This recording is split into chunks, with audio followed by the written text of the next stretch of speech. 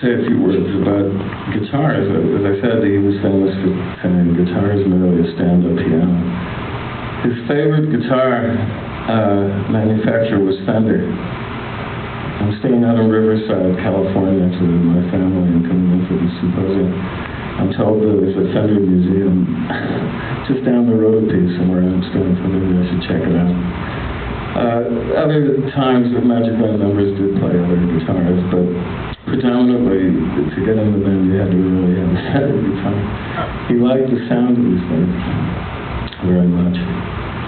And, well, the next piece is a solo composition called Evening Bell from the very last Beefheart album. And the genesis of this is, he said, I'm going to give you a piece of music that they're going to have to dust off the hands of Big Ben to be able to keep time with this thing. So he sent me a tape of him playing the piano.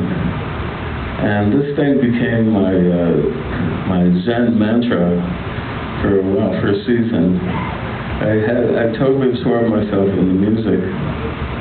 I had a day job at that time working at CBS Records.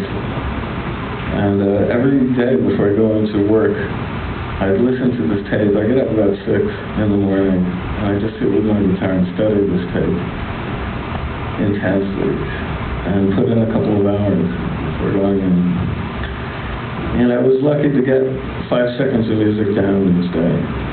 So it took a while. And the basic task was, how am I going to translate this to the guitar by a year? And then when I did, because it was inherently full of all these quirks and stops and starts, which was the Don Vliet nervous system in action.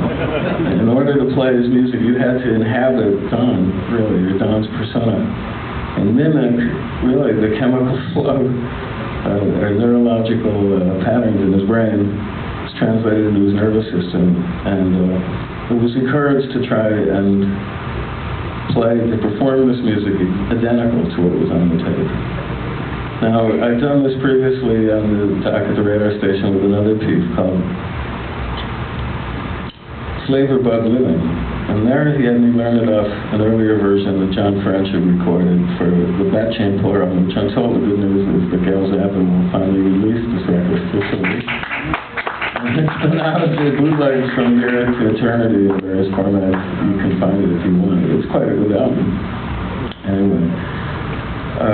But I thought I had a reasonable facsimile of the recording on that record. And my then wife and my then wife Ling and I went out to visit Don in the desert in preparation for the recording of this record. And I played him my version, and he said, no, man, that's not it. He played it too religiously. He drowned it in heavy syrup, man. I want you to use my exploding note theory. What's that? And he said, you play each note as if it had no relation to the previous note or the subsequent note. Kind of like bombs bursting in air, you know what I mean? That was one of his catch-all phrases, you know what I mean? And half the time you really wouldn't know what he meant. You go along with the ride, you know, because it sounded good, and you want to keep the karmic flow going. And so, and I'll say that he was the most fascinating, on a one-on-one individual level, most fascinating personality to engage with. It was quite magical, the way Don's mind worked. I mean, the elusive quality of the wordplay and the oh yes, another technique of his. He said that I told him about James Blood Ulmer, who we eventually hooked up with on a concert in New York at the Beacon Theater, Double Bill. Blood opened for us, and how he was playing Ornette. He played with Ornette Coleman, who Don once regarded as a hero. He was using Ornette's harmonics here. Don said, what? What is that? I said, well, as Ornette explained it, it's harmony, motion, and melody, harmonic. He said, man, that's as stupid as rope-a-dope. I guess meaning a jive term to confuse white people. I don't know, like I said, methodology. He said, I've got a method too. It's called avant-tangent.